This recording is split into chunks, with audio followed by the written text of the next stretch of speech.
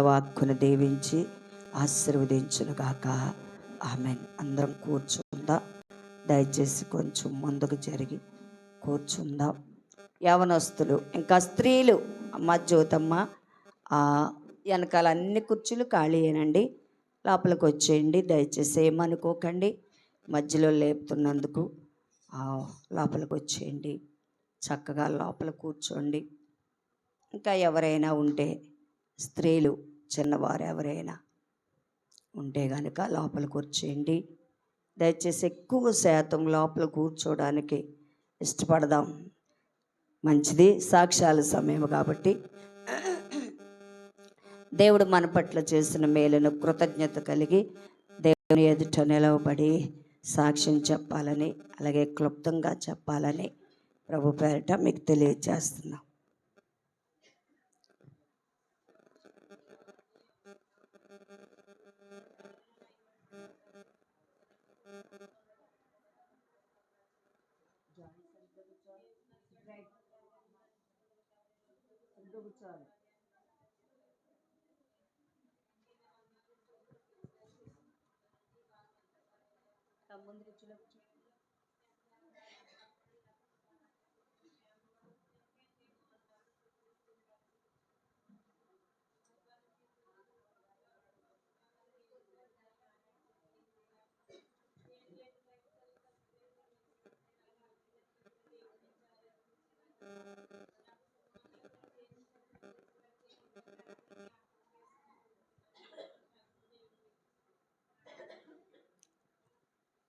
ఇంకా ఎవరైనా ఉంటే సాక్ష్యం చెప్దాం. మంచిది, ఇంకా ఎవరు లేరు కాబట్టి సమయాన్ని వృధా చేయకుండా వాక్యంలోనికి వెళ్ళిపోదాం. దయచేసి ఎవరు కూడా అటు ఇటు తిరగకండి. పిల్లల్ని ఒకవేళ తిరిగినా కానీ వారిని ఇలా కూర్చో అలా కూర్చో అని తిప్పక లాక్కండి. ఎందుకంటే వాళ్ళు ఏడుస్తారు. కాబట్టి దేవుని వాక్యం చెప్పేటప్పుడు మనము దేనికి అభ్యంతరంగా ఉండకూడదు. కాబట్టి దయచేసి వాక్యం చెప్పేటప్పుడు రెఫరెన్స్ చెప్పినప్పుడు మాత్రమే బైబిల్ చూడండి. అలాగే వాక్యం చెప్పేటప్పుడు బైబిల్ చదవకండి, పాటలు చూడకండి. ఎందుకంటే కొంతమంది అప్పుడే సమయం దొరికినప్పుడు చదువుతూ ఉంటారు బైబిల్. మీరు అలా చదవరులేండి, మంచోళ్ళు మీరు. మంచిది మంచిది. కొద్ది నిమిషాలు మరి సమయం చూసుకొని మరి దేవుని వాక్యాన్ని అందించడానికి మన మధ్యలో హీరామ్ బాబు గారు ఉన్నారు. వారు మన మధ్యలో ఉన్నారు కనుక వారు దేవుని వాక్యాన్ని అందిస్తారు. కొద్ది నిమిషాలు శ్రద్ధగా దేవుని మాటలు విందాం. స్తోత్రం కలుగును గాక. హల్లెలూయా. చేతులు తెచ్చుకోలేదా? తెచ్చుకున్నారా? మరి ఎందుకు చేతులు పైకి లేగలేదు? మంచిది. అందరం శ్రద్ధగా దేవుని మాటలు విందాం.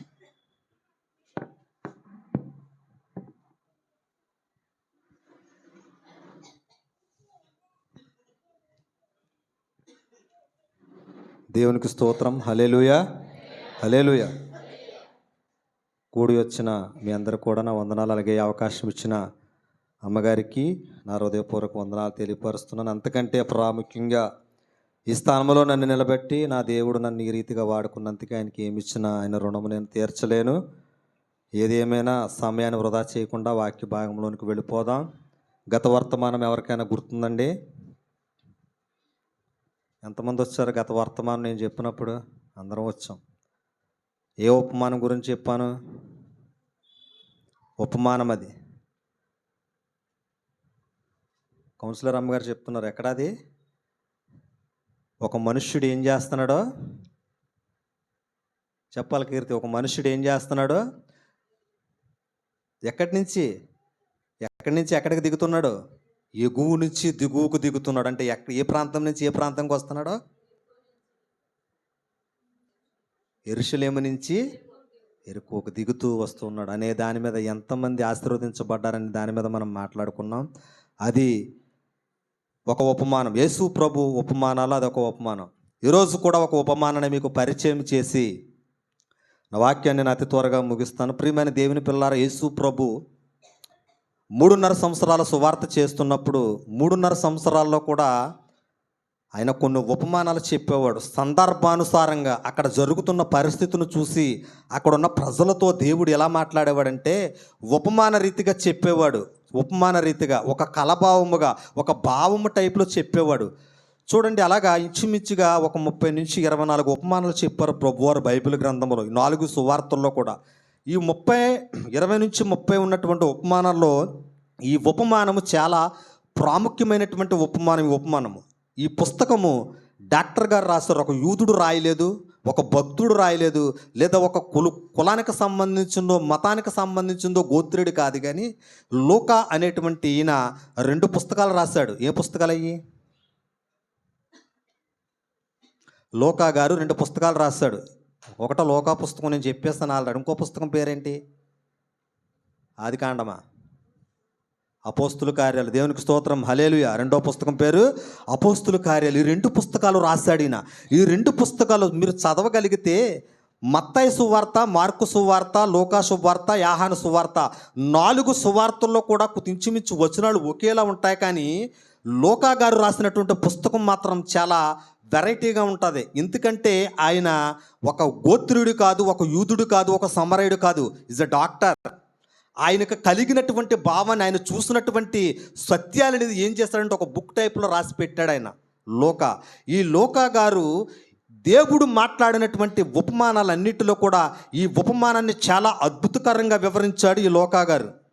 రండి వెళదాం. ఏంటి నా అంశం అంటే ఈరోజు ఫలింపని అంజూరపు చెట్టు. ఏ చెట్టు? ఈ చెట్టు ఫలింపని అంజూరపు చెట్టు. చూడండి, మన ఇళ్లలో రకరకాల చెట్లు వేస్తాం. రకరకాల చెట్లు ఉంటాయి. చెట్లు నాటుతాము, అవి ఫలించకపోతే ఏం చేస్తాం?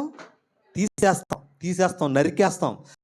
ప్రస్తుత కాలంలో అంజూరపు చెట్లు కూడా ఎక్కడ ఇళ్లలో నాటుతున్నారు. మన ఏరియా సైడ్ లేదేమో, నేను చాలా ఊర్లో వెళ్ళినప్పుడు చూస్తుంటాను. అంజూరపు చెట్టు నేను చూశాను, అంజూరపు కాయను చూశాను. మన ఎడదవోలు ప్రాంతంలో కూడా ఉంది ఆ చెట్టు. అది అయితే ద్రాక్ష తోటలు ఇదివరకు మన సైడ్ పండేవి కాదు, ఇప్పుడు ద్రాక్షలు కూడా. ఏది ఏమైనా ఈ అంజూరపు చెట్టుని దేవుడు చాలా ప్రత్యేకించాడు. ఏమిటా ప్రత్యేకత అని అంటే ఈ లూకా రాసినటువంటి సువార్తలో 13వ అధ్యాయములో చూడగలిగితే మనం రండి వెళదాం ఒకసారి. 13వ అధ్యాయము 6వ వచనము చదువుదాం ఒకసారి. మరియు వారితో ఆయన ఈ ఉపమానము చెప్పెను. ఒక మనుష్యుడు ద్రాక్ష తోటలో అంజూరపు చెట్టు ఒకటి నాటబడి ఉండెను. చాలు తల్లి, జాగ్రత్తగా వినండి. చదవబడినటువంటి వాక్య భాగములో ఎవరైనా వరి చేలో ఏమేస్తారో వరి వేస్తారు, మొక్కజొన్న చేలు ఏమేస్తారో మొక్కజొన్న వేస్తారు. మరి ఏంటి దేవుడు ఇక్కడ ద్రాక్ష తోటలో అంజూరపు చెట్టు నాటిస్తామంటున్నాడు? ఆలోచన చేయండి ప్రియమైన దేవుని పిల్లలారా.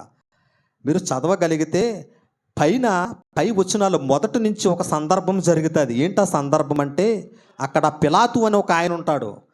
ఆయన క్రూరత్వాన్ని బట్టి మాట్లాడుతున్నటువంటి సందర్భంలో అక్కడ ప్రజలు ఏమని అంటున్నారంటే, ప్రజలను చూసి దేవుడు అంటా ఉన్నాడు, అరే మీరు కూడా అలాంటి క్రూరత్వంలో కానీ ఉంటే మీరు కూడా ఏం చేయబడతారంటే నశించి వేయబడతారు, శపించి వేయబడతారు, లేదా నరికి వేయబడతారని ఆ యొక్క పిలాతును గూర్చి జరిగినటువంటి ఆ క్రూరత్వాన్ని గూర్చి మాట్లాడుతూ ప్రజలతో మాట్లాడుతున్న ఉపమానం ఇది. జాగ్రత్తగా ఉండి ఇప్పుడు చెప్పేస్తాను మీకు ఉపమానం అంతా కూడా. ఏ సందర్భంలోనది? పిలాతు చేసినటువంటి క్రూరత్వాన్ని ప్రజలు మాట్లాడుకుంటూ ఉన్నారు.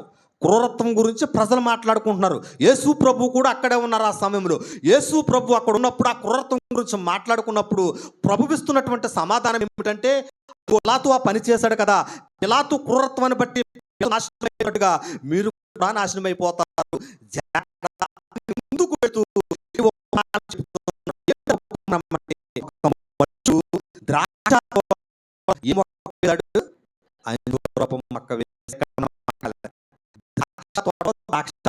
వేయాలి. అవునా రాజు? ద్రాక్ష తోట వేయాలి. అంజూరపు చెట్టుని ఎందుకు వేస్తాడు? ఇక్కడ మీకు 3 మాటలు చెబుతాను. ఏంటనంటే ద్రాక్ష తోట అనగా సంఘానికి సాదృశ్యంగా కనపడుతుంది. ఏంటది? సంఘానికి సాదృశ్యంగా కనపడుతుంది. యజమాని అనగా దేవుడైన యెహోవా.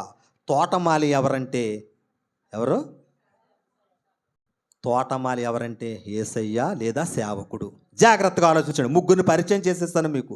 యజమాని యెహోవా దేవుడు, ద్రాక్ష తోట సంఘము, ఇప్పుడు తోటమాలి ఎవరు? యేసయ్య. ఇప్పుడు ద్రాక్ష తోట సంఘములో నాటబడిన అంజూరపు చెట్టు. ఈ అంజూరపు చెట్టు ఫలిస్తుందా ఫలించదా అనే ఈ కథలో మనం లేదా ఈ ఉపమానంలో కిందకు వెళుతూ ఆలోచన చేద్దాం. ప్రియమైన దేవుని పిల్లారా, చూడండి, ఈ అంజూరపు చెట్టు ఉన్నటువంటి ప్రత్యేకత ఏమిటంటే, ఆది ఏదెనులో ఆదాము అవ్వలను సృష్టించినప్పుడు వారు ఏ ఆకులు కట్టుకుని ఉన్నారంటే అంజూరపు ఆకులు కట్టుకుని ఉన్నారు. అంటే ఈ అంజూరపు పండు ఎప్పటి నుంచో ఉంది? ఇది ఆది అనాటి కాలములోనే ఉంది. ఆది అనాటి కాలములోనే ఈ అంజూరపు చెట్టు ఉంది. ఈ అంజూరపు ఆకులను కుట్టుకుని వారు ఏం చేశారంటే తన దేహాలను కప్పుకున్నారు ఆది ఆదాములు. ప్రియమైన దేవుని పిల్లరా, అప్పటి నుంచి ఉన్నటువంటి ఈ అంజూరపు చెట్టును తీసుకువచ్చి ద్రాక్ష తోటలో అంజూరపు చెట్టుని ఎక్కడ వేస్తారంటే, వేస్తే రోడ్ల ప్రక్కన చక్కగా అందాలకు వేసేవారు యెరూషలేము ప్రాంతంలో, లేదా పొలాలలో ప్రత్యేకించి అక్కడొక మొక్క వేసేవారంట. దీన్ని ప్రత్యేకించి పంట పండించేవారు కాదు, దీన్ని గార్డియన్గా పెంచేవారంట. దీన్ని చూడండి ప్రియమైన దేవుని, ఇది పంట కాదు, కానీ దాని యొక్క పండు, దాని యొక్క తీపి, దాని యొక్క తలాంతు చూస్తే చాలా విశిష్టంగా కనపడతా ఉంటుంది. చూడండి, ఎందుకో ఈ మధ్యాహ్న కాల సమయంలో ఈ మొక్కగా, అంటే అంజూరపు మొక్కగా వచ్చినటువంటి నీవు పెంతుకోస్తు ప్రార్థన ద్రాక్ష తోట సంఘములో నాటబడ్డావు. నాటబడిన నీవు ఫలిస్తున్నావా? ఇది నా అంశము. జాగ్రత్తగా వినండి. నేను 2011వ సంవత్సరంలో ఈ యొక్క అంజూరపు చెట్టులా వచ్చినటువంటి నేను క్రిస్టియన్ రాజుగారి సంఘములో నాటబడ్డాను. నాటబడినటువంటి నేను ఫలిస్తున్నానా? ఎన్నో సంవత్సరాలు అయింది రక్షణ పొంది.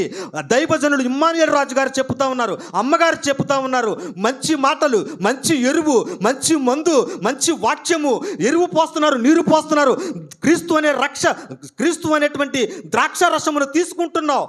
నాటబడ్డావు, బాగానే ఉంది, ఫలింపు ఉందా? ఆలోచించండి ప్రియమైన దేవుని పిల్లారా. చూడండి, మొట్టమొదటి మాట ఏంటంటే ద్రాక్ష తోటలో అంజూరపు చెట్టు. 13వ అధ్యాయం 6వ వచనం మరలా చదువుదామా? 13వ అధ్యాయము 6వ వచనము. మరియు ఆయన 13వ అధ్యాయం 6వ వచనం, ఈ ఉపమానము చెప్పెను, ఒక మనుష్యుడు ద్రాక్ష తోటలో అంజూరపు చెట్టు ఒకటి నాటబడెను. అమ్మా, ఇక్కడ కూర్చున్న మనందరం కూడా అంజూరపు చెట్టులాగానే ఉందామా? అంజూరపు చెట్టులాగా ఉందామా? కాసేపు ఉందామనుకోండి, కడకెళ్ళిన తర్వాత అంజూరపు చెట్టులాగా ఉందామో, ఒలివ మొక్కలాగా ఉందామో తర్వాత చూద్దాం. చివరికి వచ్చిన తర్వాత కాసేపటి వరకు కూడా అంజూరపు చెట్లు అనుకోండి. ఈ అంజూరపు చెట్టులాగా ఎన్నో సంవత్సరాలైంది ఈ సంఘములో, ఈ ద్రాక్ష తోటలో ఎన్నో సంవత్సరాలైనటువంటి నీవు, నాటబడినటువంటి నీవు ఫలింపు ఉందా? నా ప్రశ్న ఇది. ఏంటయ్యా ఫలింపు అంటే? మందిరానికి వస్తున్నాం, అమ్మగారు ఏ కార్యకలాపాలు పెట్టినా ప్రతి కార్యకలాపంలో మేము పాలు పంపులు పొందుతున్నాం, మా కుటుంబాలు బాగానే ఉన్నాయి, మా బిడ్డలు బాగానే ఉన్నారు, మాకంతా కూడా బాగానే ఉంది, అన్నీ బాగానే ఉండి ఇంకా ఫలింపు కోసం చెప్తున్నావేంటయ్యా? ఏంటయ్యా ఫలింపు? నిజంగా గుండెల మీద చేసుకుని మేమంతా బాగానే ఉన్నాం అన్నవారు చేతులు ఎత్తండి. అసలు ఏ బాధ, ఏ తీపి మీకు లేదు. ఓకేనా? దేవునికి స్తోత్రం. ఆమెకు ఒక్కసారి చప్పట్లు కొట్టు, ప్రభునామని కనపరచండి.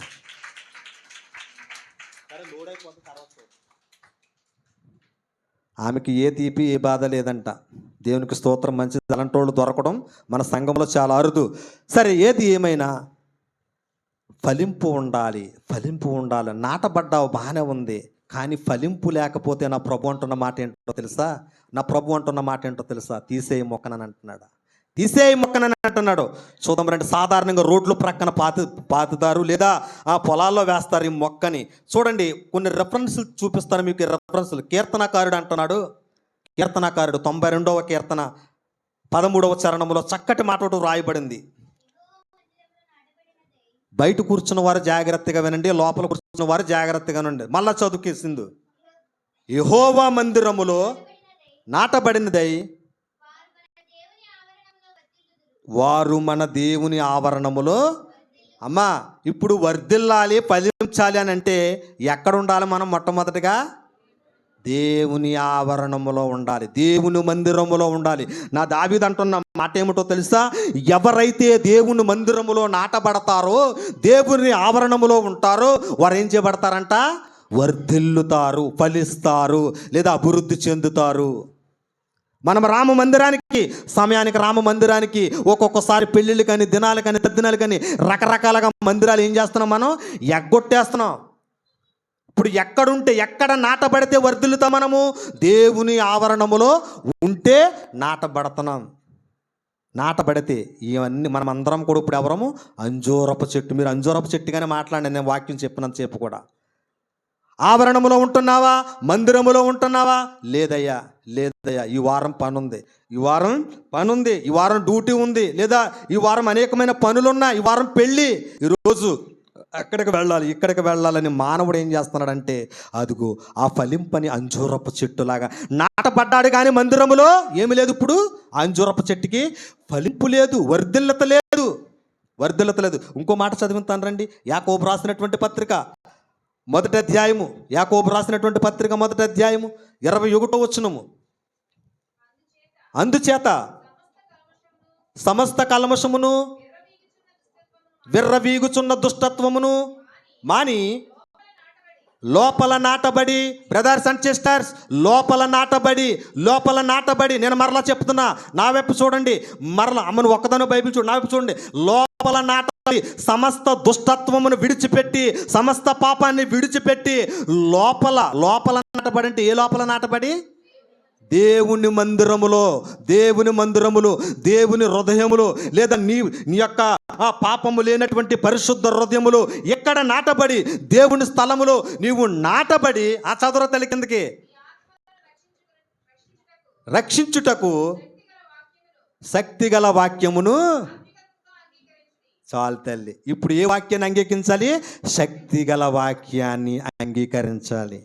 లోపల నాటబడతామంటే సమస్తమైన కుళ్ళు పెట్టుకుని, సమస్త కల్మషం పెట్టుకుని, ఇవన్నీ పెట్టుకుని, నన్ను దర్శించు ప్రభు, నన్ను నాటించు ప్రభు, నన్ను బ్రతికించు ప్రభు అంటే పని అవదు. నా యేసయ్య దగ్గర పని అవదు. లోకములో తిరగలన్నాళ్ళ తిరిగేసేసి, లోకములో చేసినవన్నీ కూడా చేసేసేసి, సమస్త దూషణ మాటలు అన్నీ చేస్తూ కూడా, ఇదిగో ప్రభువా నేను నాటబడాలి మందిరములో, నాకు ఫలింపు కావాలి అంటే ఏమవుదు? ఇప్పుడు పని అవదు. ఫలింపని అంజూరపు చెట్టులా ఉన్నావా? ప్రశ్నించుకో. ఫలింపని అంజూరపు చెట్టులా ఉన్నావా? ఒకసారి కీర్తనల గ్రంథంలోకి వెళ్దాం రండి మరలాను. కీర్తన 23:6. కీర్తనలు 23వ గ్రంథము 6వ చరణం. నేను బ్రతుకు దినములన్నీ కృపాక్షేమములే నా వెంట వచ్చును. దావీదు అంటున్న మాట, నేనంటున్న మాట కాదు. చిరకాలం ఎక్కడుంటాడంట ఆయన? యెహోవా మందిరములో. నేను చిరకాలము యెహోవా మందిరములో నివాసము చేసేదను అన్నవారి చేతులు ఎత్తండి. ఏమ్మా మీరు అందరూ వస్తలేదా? 52 ఆదివారాలు రావాలని మీకు లేదా? ముందు మరే చెయ్యొత్తండి. నేను చెప్పండి ఆ మాట, నేను చిరకాలము యెహోవా మందిరములో నివాసము చేసేదను. ఆమేన్. అది ఉండాలి, ఆ కసి ఉండాలి, దమ్ము ఉండాలి. మౌనంగా ఉంటే మౌనంగానే ఉంటాయి. ఏంటి బ్లెస్సింగ్లు కూడా అంతే.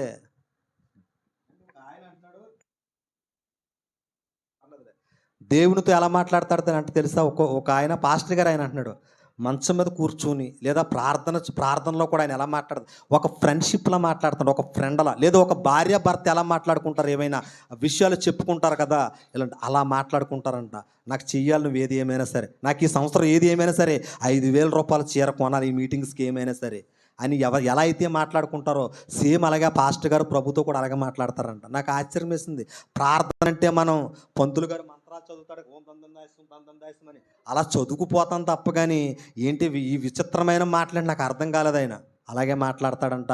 ఆశీర్వాదాలు కూడా అలాగే చూస్తాడంట ఆయన, ప్రభుతో ఫ్రెండ్షిప్గా. ఇప్పుడు నేను అన్న వెంటనే, అమ్మ చిరకాలం మీరు యెహోవా మందిరంలో ఉంటారనంటే ఎలాగున్నారంటే, నాకేం తెలుసురా నాయన అన్నట్టు చూస్తున్నారు మీరు అందరూ కూడా.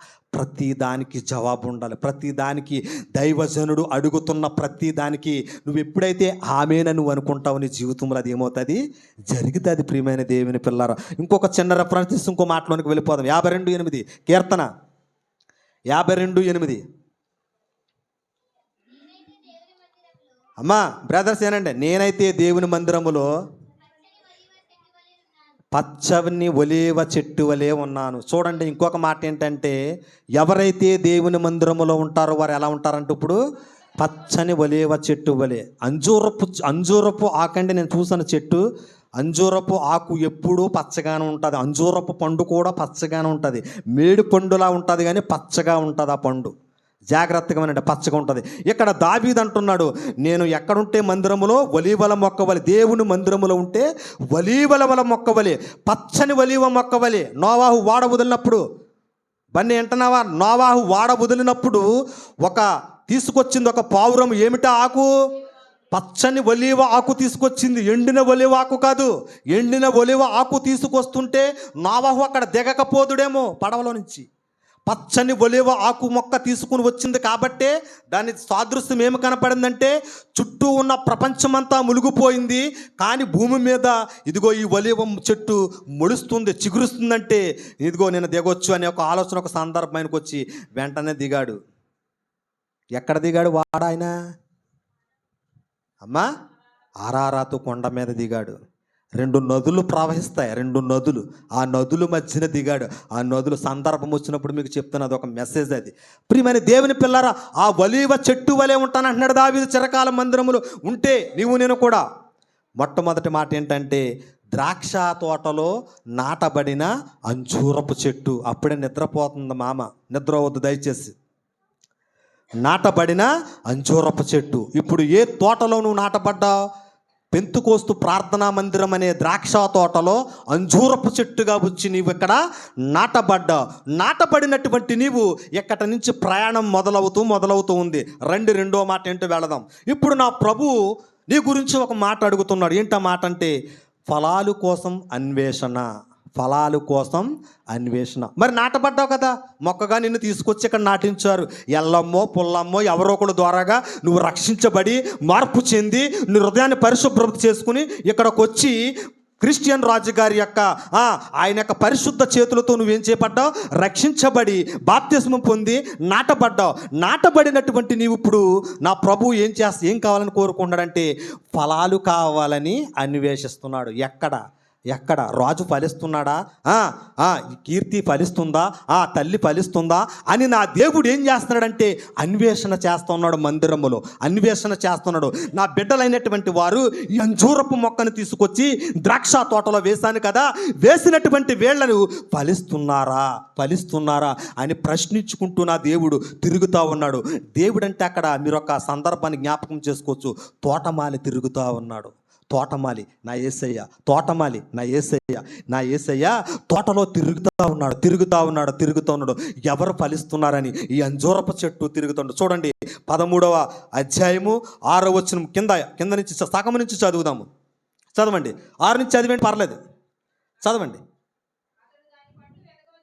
వెదక వచ్చినప్పుడు ఏమీ దొరకలేదు గనుక అతడు ఇదిగో 3 ఏండ్ల నుండి అంజూరపు చెట్టున వెతుకుచున్నాను కానీ ఏమీ దొరకలేదు. మీ మొక్కలందరూ నా వైపు తిప్పండి. ఇప్పుడు తోటమాలి వచ్చాడు.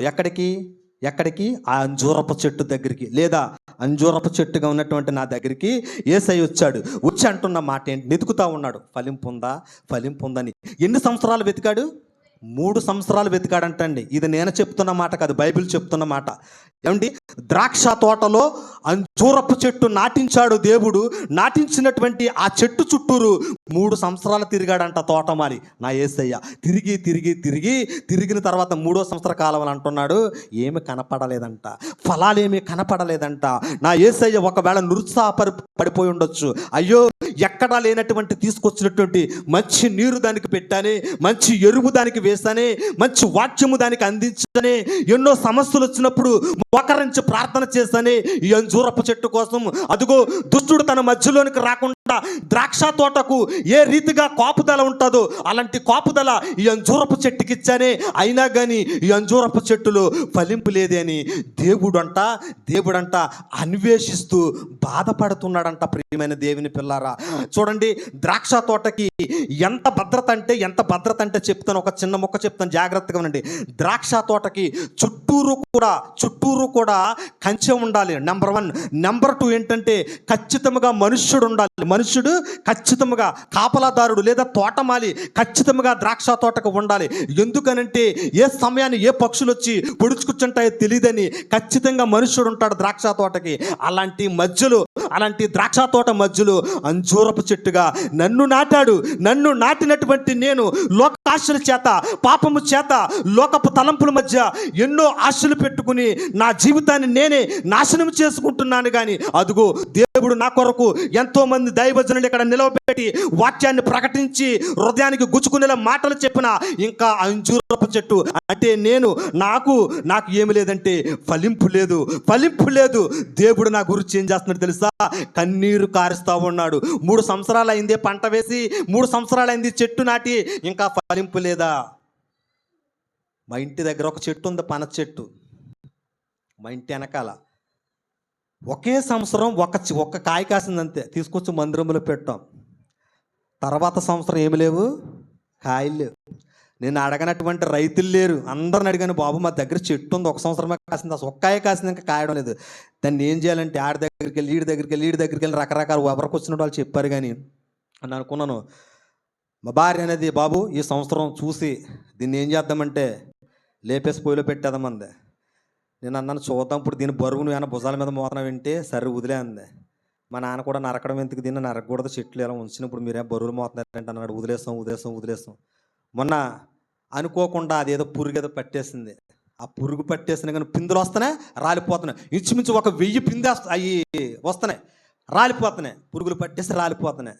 ప్రార్థన కూడా చేసాం, చెప్పకపోవడమే, ప్రభువా చెట్టుది అనవసరంగా ఉంది, ఇక్కడ ఏంటి తీసేయమంటావు ఉంచమంటావు అని. ఒరే ఏడొకరు అలాగా, దీనికి ఈ సంవత్సరం ఒక 4 ఫలాలు ఇస్తున్నాను తినండి అన్నాడు. 4 అంతంత అలా వచ్చినాయి. పొద్దున్న బ్రష్ చేసినప్పుడు దాన్ని ఇంకా చూస్తా బ్రష్ చేస్తాను నేను. 4 ఫలాలు వచ్చినాయి. దేవునికి స్తోత్రం, హల్లెలూయా. తీసేద్దామని లోపల దేవుడు ఏం చూస్తాడు? దాని మీద కనికరం చూపించాడు. ప్రియమైన దేవుని పిల్లలారా, నీవు నేను కూడా అంతే. ఫలింపు లేకపోతే ఇప్పుడు ఆ పనస చెట్టుకి యజమాని ఎవరు? నేనే కదా. నాకు బాధ కలిగిందా, భారం కలిగిందా? ఫలించకపోతే తీసేయాలని ఆలోచన వచ్చిందా? మరి యేసయ్యకి రాదంటారా? ఎక్కడ నటించాడు తెలుసైనా? ద్రాక్ష తోట మధ్యలో నటించాడు. ద్రాక్ష తోటలో ఎవ్వడు కూడా అంజూరపు చెట్టుని వేయడు. ఎందుకు వేయించాడంటే నువ్వు మారతావని చేస్తాడు ఆయన, నువ్వు ఫలిస్తావని చేస్తాడు. కానీ నువ్వేం చేస్తున్నావు? లోకములో తిరుగులాడుతున్నావు, లోకం నాదంటున్నావు, సమస్త జనులు నావారంటున్నావు, సమస్త కల్మషము నీలో పెట్టుకుని నువ్వు ఫలించక ఉంటే, మందిరంలో కూర్చుని ఫలించక ఉంటే బాధ కలిగేది ఎవరికి తెలుసా? మొట్టమొదటిగా తోటమాలికే. చూడండి, చిన్న రెఫరెన్స్ చూపిస్తాను రండి. 3 ఏళ్ళు తిరిగినా కానీ అక్కడ ఏం కనపడలేదు? ఫలింపు కనపడలేదు. ప్రియమైన దేవుని పిల్లారా, ఒకసారి మత్తాయి సువార్త 23వ అధ్యాయం 28వ వచనం చదువు తల్లి. మత్తాయి సువార్త. అలాగే వెలుపల మనుషులకు కానీ లోపల వేషధారణతోనూ అక్రమముతోనూ నిండి ఉన్నారు. అమ్మ చూడండి, ఒకవేళ పైకి చెట్టులాగా బాగానే ఉన్నాం, ఒకవేళ పైకి ఆకులు ఉండి అన్నీ ఉండి చక్కటి సుందరంగా నువ్వు కనపడిన చెట్టు వలె కనపడినా ఎలా ఉన్నారంట? లోపల వేషధారణ చెట్టు వలె. వేషధారణ. ఇప్పుడు చూడండి, నా ప్రభు అంటున్న మాట ఏంటంటే, వేసినైనా క్షమిస్తాను కానీ వేషధారిని క్షమించడం అన్నాడు. ఒకవేళ అంజూరపు చెట్టుగా ఉన్నటువంటి నీవు వేషధారణ నీలో పెట్టుకుని, ఎక్కడ నేను నట్టబడ్డాను, అన్ని వాక్యాలన్నీ ఎరువని వేసుకుంటున్నాను, కానీ వేషధారణ అనేటువంటి నీలో పెట్టుకుంటే నువ్వు ఫలించలేవు. ఇంకో రెఫరెన్స్ చూడు తల్లి. 1 తిమోతి రాసిన పత్రిక 4వ అధ్యాయం 1వ వచనం. ప్రియమైన దేవుని పిల్లారా, 1 తిమోతి రాసినటువంటి పత్రిక 4వ అధ్యాయము 1వ వచనము. అయితే కడవరి దినములలో కొందరు అబద్ధికుల వేషధారణ వలన మోసపరచు ఆత్మలయందును దెయ్యముల బోధయందును లక్ష్యముంచి విశ్వాస భ్రష్టులగుదురని అమ్మ నేను చెప్తలేదు, ఎవరు చెప్తున్నారు? ఆత్మంట తేటగా చెబుతుంది. మీ విశ్వాసాన్ని మీరే కాపాడుకునేలేక భ్రష్టులైపోతున్నారంట. ఎవరి రక్షిస్తున్నారు తెలుసా? ఇదిగో ఇక్కడ స్వస్థత ఉంది, అదిగో అక్కడ అద్భుతం ఉంది, అక్కడ అది జరుగుతుంది, ఇక్కడ ఇది జరుగుతుందని బ్యాగ్లో భుజాల బట్టలు వేసుకుని పరుగులెడుతున్నారు. చూడండి, వీళ్ళతో జాగ్రత్త, వీళ్ళతో జాగ్రత్త, భ్రష్టులకు పోతారేమో, జాగ్రత్త అని బైబిల్ చెప్తుంది. నేను చెప్తలేదండి, ఆత్మ చెప్తుందంట. ఎలా చెప్తుంది? తేటగా చెబుతుందంట, తేటగా చెబుతుంది. ఇప్పుడు ఈ మొక్కలో ఒకవేళ ఈ మొక్క ఉంది కదా, ఈ పెంతుకొస్తు ప్రార్థన మందిరంలో నాటబడిన ఈ మొక్క ఉంది కదా, వేషధారణ పెట్టుకుందేమో, అందుకనే ఫలింపు లేదేమో. అదిగో ఇక్కడ ఉంది కదా, ఈ మొక్క నాటబడింది కదా, నాటబడినటువంటి ఈ మొక్క అక్కడికొక అడుగు, ఎక్కడికొక అడుగు, ఎక్కడికొక అడుగు, అక్కడికొక అడుగు అని రకరకాల అడుగులు వేస్తుందేమో, అందుకే ఈ మొక్కకు ఫలింపు లేదేమో. ఈ మందిరానికి ఆ మందిరం, ఆ మందిరం కదా ఈ మందిరం, మందిరాల చుట్టూ అన్ని వలె తిరుగులాడుతూ ఉందేమో, అందుకే ఈ మొక్కకి ఏమి లేదేమో, ఫలింపు లేదేమో. ఆలోచన చేయండి ప్రియమైన దేవుని పిల్లారా. నాటబడినటువంటి నీవు, దావీదు అంటున్నాడు, నేను ఎక్కడ నాటబడ్డానో అక్కడ వర్ధిల్లుచూ ఉన్నానంటే గల కారణము దేవుని కృపని. నా దావీదు అంటున్న మాట అది. ఎక్కడ నాటబడితే అక్కడ నువ్వేం చేయాలి తెలుసా? మొర్ర పెట్టాలి, అక్కడ ఉండాలి. ఇక్కడ చూడండి, భ్రష్టాత్మలు అయిపోతావేమో, జాగ్రత్త. నీ యొక్క విశ్వాసాన్ని నువ్వు కాపాడుకో. ఆత్మ తేటగా చెబుతుంది. అయినా కానీ మానవుడు ఏం చేస్తున్నాడు తెలుసా? పరుగులు పెడతా ఉన్నాడు, పరుగులు పెడతా ఉన్నాడు. విశ్వాస జీవితాన్ని కాపాడుకోవాలి ప్రియమైన దేవుని పిల్లలారా. ఇంకో మాట చదివిస్తాను రండి. 1 పేతురు రాసినటువంటి పత్రిక 2వ అధ్యాయము 2వ వచనము. 1 పేతురు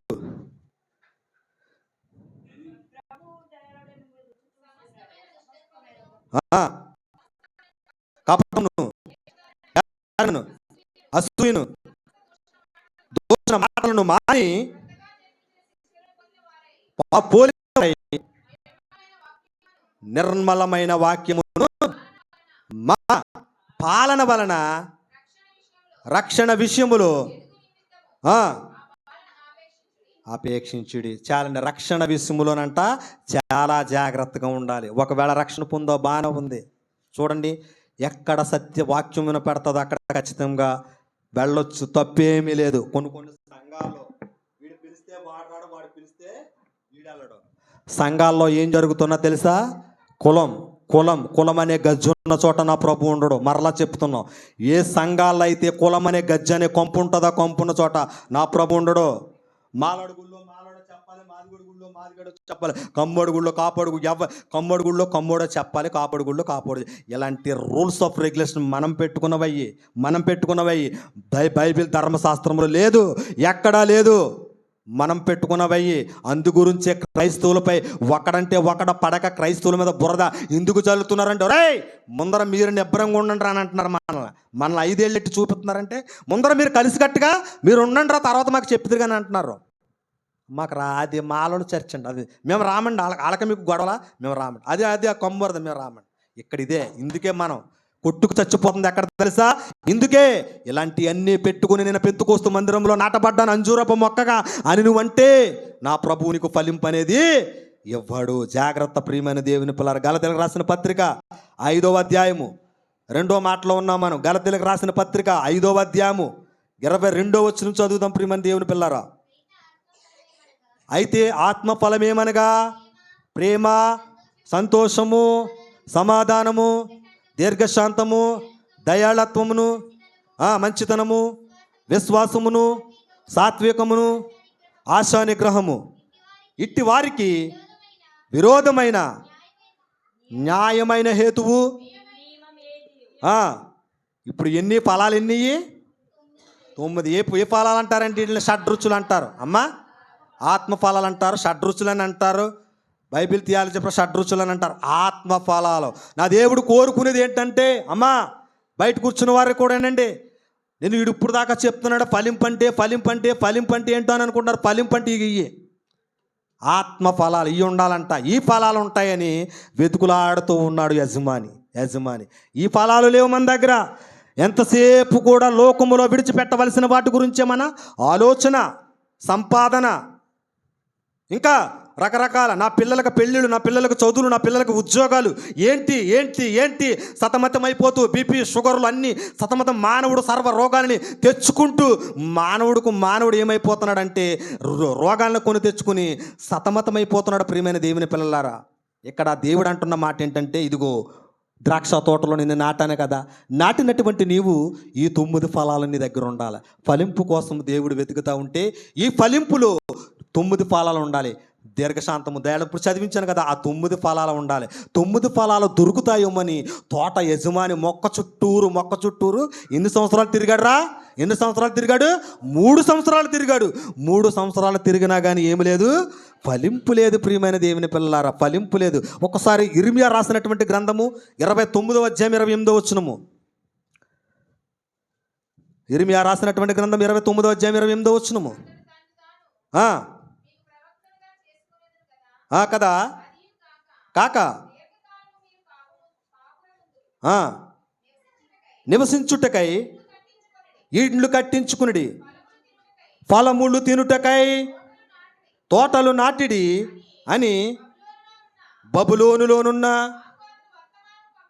చాలు తల్లి, ఇప్పుడు తోటలు వేయడి, ఫలించడి అని బబులోనులో చెరపట్టుకుపోయినటువంటి జనాంగానికి లేఖ రాస్తున్నటువంటి ఈ ఇర్మియా చూడండి. తోటలు వేయండి, ఫలించండి. ఇది లోక సంబంధమైన ఫలింపు గురించి కాదండి, ఆత్మీయమైనటువంటి ఆత్మీయమైనటువంటి ఫలింపు గురించి మాట్లాడుతున్నటువంటి మాట చూడండి. 1 కొరింథీయులకు రాసిన పత్రిక 9వ అధ్యాయం 11వ వచనం చివరిగా ఇంకొక మాట ఉంది, నేను చెప్పి నేను ముగిస్తాను. 1 కొరింథీయులకు రాసినటువంటి పత్రిక 9:11, మీ కొరకు ఆత్మ సంబంధమైనవి ఫలములు. చూడండి, శరీర సంబంధమైన ఫలములు మీకు మీరుగా కోసుకునుట గొప్ప కార్యమా? జాగ్రత్తగా ఆలోచన, నేను మరలా చదివిస్తున్నాను.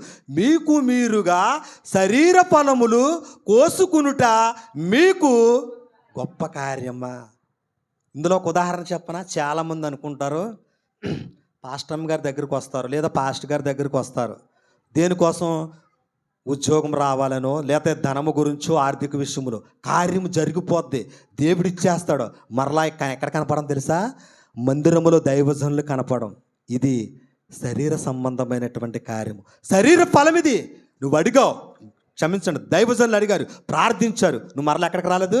దేవుని దగ్గరికి రాలేదు. ఈ శరీర సంబంధమైనటువంటి కార్యము జరిగిన తర్వాత నువ్వు అంటావు నా దగ్గరికి వచ్చి, నా దగ్గర కాదండి, పక్కన వాడికి, ఆడికి సగం తెలుతుంది సగం తెలదు, సగం రోజులు వెళ్తాడు మందిరానికి, సగం రోజులు వెళ్ళడు, ఓన్లీ బిల్డప్ అంతాడు. ఆడి దగ్గరికి వెళ్ళి వంట, నేను వెళ్ళాను, సంతకం పెట్టారు 50 లక్షలు అలా చేతిలో పెట్టారు అంతే, 50,000 50 లక్షలు అలా చేతిలో పెట్టారు అంతే, వెళ్ళని సంతకం పెట్టారు, పని అయిపోయింది అంతే. ఆడి దగ్గరికి వెళ్ళి చెప్తావు, ఆడి దగ్గరికి వెళ్ళి చెప్పగానే, ఇప్పుడు ఇది ఏ కార్యం? ఇది శరీర కార్యం. శరీర ఫలములు నువ్వు కోసుకునుట నీకు గొప్ప కార్యమా? Question mark. నీకు నువ్వు సంకల కొట్టుకున్నావు అంతే. నువ్వు ఫలింపు నాకు వచ్చింది, నేను పొందుకున్నాను, ఇది నా వలన, నా శరీరం వలన వచ్చింది, నా ఆలోచన వలన వచ్చిందని నీకు నువ్వు సంకల కొట్టుకున్నావు అంతే. ఆత్మఫలము కాదు, దేవుడిచ్చిన ఫలము కాదు, అది గొప్ప కార్యమా? ఇది గొప్ప కార్యముగా నువ్వేం చేస్తున్నావు? మరలా ఆ బుద్ధున్న మాలినట్టు పక్కనోడితో సంకల కొట్టుకుని మారా చెబుతున్నావు. ఇది ఫలింపలేదు. నా దేవుడు అంటున్న మాట ఏంటో తెలుసా? ఫలింపుల కోసం ఎదురు చూస్తూ ఉన్నాడు, ఆత్మ ఫలాల కోసం ఎదురు చూస్తూ ఉన్నాడు. ప్రకటన గ్రంథము, ఒక్కసారి మాట, ప్రకటన గ్రంథము 2వ అధ్యాయము, 7వ వచనం చదువు తల్లి. చెవుగలవాడు రాజు, పాత గొలుసు రాజు, జాగ్రత్తగా ఉండాలి. చెవుగలవాడు ఆత్మ సంగములతో చెప్పుచున్న మాట వినుగాక. జయించువానికి దేవుని పరదేశులో ఉన్న జీవవృక్ష ఫలములు భుజింపనిత్తును. ఎవరిని భుజింపనిత్తనని అంటున్నాడు?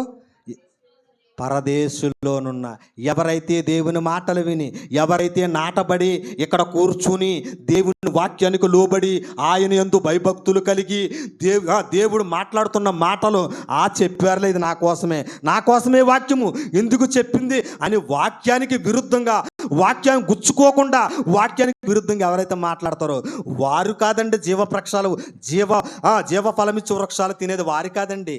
ఎవరైతే జయిస్తారో, ఇదిగో ఈరోజు వాక్యం నాతో మాట్లాడింది. అవును, నేను ఈ తప్పును సరి చేసుకోవాలి. ఇన్ని సంవత్సరాలైంది రక్షణ పొంది, ఇన్ని సంవత్సరాలైంది నాటబడి ఈ పెంతుకోస్తు ప్రార్థన మందిరానికి ఈ నల్ల బైబిల్ వేసుకుని అనేక సంవత్సరాలు వస్తున్నాను, కానీ నాలో ఏం లేదు, ఫలింపు లేదు. అందు గురించి వాక్యము నా దినము అని ఏనాడైనా నువ్వు ప్రశ్నించుకున్నావా? ఎవరైతే జయిస్తున్నటువంటి క్రీస్తు గురించి ఆలోచన చేస్తారో వారికి మాత్రమే ఉంటాయి ఫలాలు, జీవ వృక్ష ఫలాలు. ఆ ఫలాలు నీవు నేను కూడా పొందుకోవాలంటే నాటబడ్డావు కదా. ఎక్కడ నాటబడినటువంటి నీవు ఆ ఎరువు అనగా వాక్యము, ఆ వాక్యానికి తగ్గట్టుగా ఎవరైతే నిలువబడి ఆ యొక్క భయభక్తులు కలిగి ఉంటారో వారు జీవ ఫలాలు తింటారంట, వారికి ఉండనెత్తాడంట నా ప్రభు. ఇప్పుడు 2 మాటలు అయినాయి. మొదటి మాట ఏంటి? ద్రాక్ష తోటలో నాటబడిన అంజూరపు చెట్టు. రెండో మాట ఏంటి? ఫలాలు కొరకు అన్వేషణ. ఆ నాటబడిన చెట్టు కొరకు ఫలాలు కోసం అన్వేషణ. ఇప్పుడు రెండో మాటలో దేవుడు ఏం చేస్తాడు? తోటమాలి అనగా ఎవరని చెప్పాను? ఏసయ్య వెతికాడు కదా నీ చుట్టూ, నా చుట్టూ. ఎక్కడ వెతికాడు? పెంతుకోస్తు ప్రార్థన మందిరంలో 3 సంవత్సరాలు వెతికాడు. 3 సంవత్సరాలు వెతికాడు. 3 సంవత్సరాలు వెతికితే ఒక్క పండు కూడా లేదు. కాబట్టి ఇప్పుడు దేవుడు ఒక మాట అంటున్నాడు. మూడో మాట ఏంటంటే తీర్పు. ఫలాలు లేవు కాబట్టి తీర్పు అంటే నాకు చెప్పాను కదా, అరే 1 సంవత్సరం ఒక పండు కాసింది, 1 సంవత్సరం దీన్ని వేస్ట్ సంవత్సరాలు దీన్ని తీసేసి ఏం చేయాలి? పొయ్యిలో పెట్టాలని ఆలోచన నాకు వచ్చింది. కానీ నా ప్రభు అంటున్న మాట ఏంటో చూపిస్తాను రండి, మీకు వెళదాం. చదువు తల్లి. నరికివేయము. లోకాసు వార్త 13:7 దీని వలన ఈ భూమియు నేల వ్యర్థమైపోవునని ద్రాక్ష తోటమాలితో చెప్పాను. ఒక్కసారి ఆగండి తల్లి. ఇప్పుడు చూశాడు కదా యజమాని చూసి ఫలాలు లేవు, ఎందుకు భూమి వేస్ట్ అయిపోతుంది ఎందుకు అని తోటమాలి అంటే యేసయ్యతో చెప్పినప్పుడు, కిందకి చదువు తల్లి. యేసయ్యతో చెప్పినప్పుడు అయితే వాడు, అయ్యా చాలు తల్లి, ఒక్కసారి చాలు తల్లి. ఇప్పుడు ఏంటంటే తీర్పులోనికి వచ్చాము. మరి ఫలింపు లేదు కదా. ఫలింపు లేనప్పుడు ఏం చేయాలి? దాన్ని నరికేసి ఎక్కడేసేయాలి? అగ్నిలో వేసేయాలి. యోహాను సువార్త ప్రకారంగా ఉందా? యోహాను సువార్త నేను నిజమైన ద్రాక్ష అవ్వాలని కిందకి ఇంకా ఏ తీగ అయితే ఫలించు దాన్ని ఏం చేయమన్నాడు దేవుడు? అగ్నిలో పరవేసేయమన్నాడు. ఇది తీర్పు వరకు వచ్చాము. ఇప్పుడు చూడండి ప్రియమైన దేవుని పిల్లారా, మీ ఇంట్లో కానీ, నా ఇంట్లో కానీ, లేదా మీ పెరట్లో కానీ, నా పెరట్లో కానీ ఒక మొక్క 3 సంవత్సరాల నుంచి ఫలింపు లేకుండా ఒక జంతువులాగా తినేసి, దానికి ఇష్టం మనుషుడైనా పర్లేదు, జంతువులాగా తినేసి తల్లిదండ్రులకు ఉపకారం లేకుండా, మనుషుడైనా మొక్క అయినా చెప్తున్నా జాగ్రత్తగా వినండి, తల్లిదండ్రులకు ఉపకారం లేకుండా ఏమండి 26 సంవత్సరాలు 30 సంవత్సరాలు వచ్చాక కూడా ఇంకా తల్లిదండ్రుల మీదే ఆధారపడి తిరిగే పనికిమాలిన అడ్డగాడిదలాగా ఈ మొక్కలు ఉంటాయి చూడు, అలా పెంచి 3 సంవత్సరాల తల్లిదండ్రులు చూసి ఎదురు చూస్తూ ఉంటే ఏ తండ్రి తల్లిదండ్రులకైనా కోపం వస్తుందా రాదా? చెప్పండి. భయం ఏమీ లేదు ఇందులో. నేను నిర్మోహమాటం లేకుండా చెప్తున్నా. ఒక సేవకుడు అంటున్నాడు, 18 నుంచి 19 సంవత్సరాలు వచ్చే లోప యవ్వనస్తురాలైనా సరే ఉద్యోగం ఖచ్చితంగా సంపాదించాలి. 20 సంవత్సరాల లోపు ఉద్యోగం సంపాదించాలంట. 25వ సంవత్సరం వచ్చేసరికి తల్లిదండ్రుల మీద దృష్టి పెట్టాలంట. వీడికి ఉద్యోగం సంపాదించిన అటువంటి యవ్వనస్తుడికి 25 సంవత్సరాలు వచ్చేసరికి సంపాదించేసి తల్లిదండ్రుల పైన దృష్టి పెట్టాలంట. అలా పెడతాడా? ఈ రోజున మన పేటలో ఎవరు కూడా నాకు అనవసరం, మన పేట నిడదవోలు లెక్కేసుకుంటే నాకు కనపడిన యవ్వనస్తుల్లో 20-30 సంవత్సరాలు వచ్చేసినాయి. తల్లిదండ్రులకి ఎంతమంది బాధ పెట్టేవారుగా లేరండి? ఎంతమంది బాధ పెట్టేవారుగా లేరు? ఇది మంచి పద్ధతేనంటారా? కాదు ప్రియమైన దేవుని. నా యేసయ్యకే, తోటమాలికే, ఒక చెట్టుకే ఫలింపు లేదని అంత కోపం వస్తే మరి మనుష్యునిగా నిన్ను కని పెంచి పోషించి నీకు కావలసిన ఆహార దుస్తులు అన్నీ కొనిస్తుంటే నీలో ఒక ఫలింపు, నీలో చదువు, నీలో ఒక ఉద్యోగము, నీకు ఏదో ఒక రోజున ఒక డబ్బులైనా లేదా ఒక ఉద్యోగమైనా తీసుకుని వస్తామని తల్లిదండ్రులు ఎదురు చూస్తూ ఉంటే నీకు కనీసము చీమకుట్టైనా కెట్టదే. టైంకి తింటున్నావు, గిన్నెలోకి వచ్చేస్తున్న తల్లిదండ్రులు పెట్టేస్తున్నారు, బయటికి వెళ్ళి బజార్లాగా తిరిగేస్తున్నావు, అంతే. తల్లిదండ్రులకి ఇంకెప్పుడు నువ్వు ఆసరాగా నిలబడతావు? తల్లిదండ్రులకి ఇంకెప్పుడు నువ్వు బాధ్యతగా నిలబడతావు? ఆలోచించు ప్రియమైన దేవుని పిల్లలారా. ఉదాహరణకు రాజు ఉన్నాడు, ప్రక్కనే నాకంటే చూసుకుని నాకు జ్ఞాపకం వస్తూ ఉంటాయి. నేను వేరే రకంగా అంటే దాని గొప్పడంట్ల మా ఇంటి పక్కన చూస్తాను కాబట్టి చెప్తున్నా. ఎక్కడో ఉన్నటువంటి విజయవాడ ప్రాంతానికి వెళ్ళి చిన్నదో పెద్దదో ఒక చిన్నదే ఉద్యోగం చేసుకుంటున్నాడు. ఎందుకు చేసుకుంటున్నాడు? తల్లిదండ్రులకి ఒక ఏదో అలాగ చన్నీళ్ళకి వేడి నీళ్ళు తోడంట. ఎందుకు చేస్తున్నాడు? ఆ యవ్వన ప్రేమలో నా తల్లిదండ్రులకు నేను ఏదో ఒక చిన్న సాయంగా అటు చదువుకుంటూ చేస్తూ ఉంటాడు. ఎందుకు అంటే గొప్పడని చెప్తాలే ఉండాలి. పిల్లలంటే అలా ఖచ్చితంగా చేయించాలి. ఏదో ఒక రోజున తనకు చదివినటువంటి చదువుకి దేవుడు ఏదో ఒక చిన్నదో పెద్దో ఉద్యోగం ఖచ్చితంగా ఇచ్చునుగాక. ఇస్తాడంటారు. ఎవరంటారా? ఇస్తాడు. నమ్మాడు తల్లిదండ్రుల పక్షాన బాధ్యత కలిగి ఉన్నాడు కాబట్టి అంత దూరమైన వెళ్ళి పని చేస్తున్నారు. శ్రీను పండు ఇంకా మన సంఘంలో చాలామంది యవ్వనస్తులు తెల్లారు లెగిస్తే ఆ స్టేటస్లు పెడతా ఉంటాడు. తమ్ముడు నాకు శ్రీను, నేను అయ్యి బాబు ఇంతంత చిన్న వయసులో ఇంతంత బరువులు ఎత్తుతున్నారా వీళ్ళు అనుకుంటాను. నేను పిట్టా పొండాలంటే స్టేటస్లు పెడతా ఉంటారు. నాకు చూస్తాను, నేను బరువులు ఎత్తి ఎలా పెడతా ఉంటారు. నాకు ఆశ్చర్యమేద్దే. సుబ్రాజ్పేటలో చాలామంది అవనస్తులాగా కష్టపడకపోతే ఈ రోజున ఏమీ లేదు అంటే నువ్వు అనుకుండొచ్చు అంటే డబ్బు సంపాదించాలని. డబ్బు గురించి అంటలేదు. తల్లిదండ్రులకు ఆసరాగా నిలబడాలి. వయసు వచ్చిన కొడుకు, వయసు వచ్చిన కూతురు ఖచ్చితంగా తల్లిదండ్రులకు ఎలా ఉండాలి తెలుసా? ఆసరాగా నిలబడాలి. ప్రక్కన ఒక బాధ్యతగా కలిగి నిలబడాలి. నిలబడకపోతే ఈ మొక్కను ఏం చేయమన్నాడు దేవుడు? తీసేయ్. ఇందులో అలాంటి మార్పు లేదు. ఎరువేస్తాడండి, నాటాడండి, మంచి నీరు పోస్తాడు. ఎవ్వరూ ఉండలేనటువంటి స్థలంలో ఉంచాడు మొక్కని. 3 సంవత్సరాలు చూస్తాడు, ఎదురు చూస్తాడు, రాలే. ఇప్పుడు తీర్పులోనికి వచ్చేసాడు. నేనేనంతే, నా పిల్లలైనంతే, రాజు వాళ్ళ నాన్నైనంతే, వాళ్ళ అమ్మాయినంతే. రాజు ఒకవేళ చదువు లేకుండా బలాదూరుగా తిరుగుతూ ఉంటే రాజు వాళ్ళ అమ్మాయినా వాళ్ళ నాయనైనా కొట్టరా? రాజుని కొడతారు ఖచ్చితంగా. ప్రియమైన దేవుని పిల్లలారా, మాట వినకపోతే ఖచ్చితంగా తీసేయ్, వెళ్ళిపో అంటారు. కానీ రాజు ఏం చేశాడు తెలుసా? ఆ మాట రానివ్వకుండా తన బాధ్యతను గుర్తిరిగి ఎక్కడో ఉన్న విజయవాడ ప్రాంతానికి ఆ మొక్క కూడా, నాటబడినటువంటి మొక్క కూడా, అయ్యో నా దేవుడు నన్ను నాటించాడు కదా, ఇక్కడ నాటించినటువంటి నేను ఫలిస్తే నా యజమానుడు ఏం చేయబడతాడు తెలుసా? సంతోషిస్తాడు. నా యజమానుడికి ఏంటో తెలుసా? ఆనందం. ఆ ఆనందం ఎలా ఉంటుందంటే, ఫలింపు కలిగినటువంటి ఆనందం ఎలా ఉంటుందంటే, చూడండి, ఏ కుమారుడైనా సరే, అరే చిన్న వయసులోనే వీడు ఎంత కష్టపడుతున్నాడు రా, నా కొడుకు ఎంత కష్టపడుతున్నాడు రా, అలాంటి కొడుకు నాకు ఎందుకు లేడే, అలాంటి కుమార్తె నాకు ఎందుకు లేదే అని ఒక్కసారి ఆలోచించండి. నిజంగా యజమానుడు అదే బాధపడుతున్నాడు. తోటమాలిగా ఉన్నటువంటి ఆ తోటమాలి చూడండి ఎంత బాధపడుతున్నాడు. ఏమైనా బాధపడుతున్నాడు అంటే, అయ్యో మొక్క నాటాను కానీ ఈ మొక్కలో ఏమి లేదు, ఫలింపు లేదు. తీర్పులోనికి వెళ్ళిపోయింది ఆ మొక్క. తీర్పులోనికి వెళ్ళిపోతే నా ప్రభు అంటున్న మాట ఏంటో చూడండి. కిందకి వెళదాం రండి. చదువు తల్లి. 4వ మాట తోటమాలి విన్నపము. 5వ మాట ఏ మాట అది? తోటమాలి విన్నపము. చదువు తల్లి. అయ్యా దాని చుట్టూ త్రవ్వి ఎరువు. ఈ సంవత్సరము కూడా ఒకసారి చప్పట్లు కొట్టు ప్రభునామని కనపరచండి.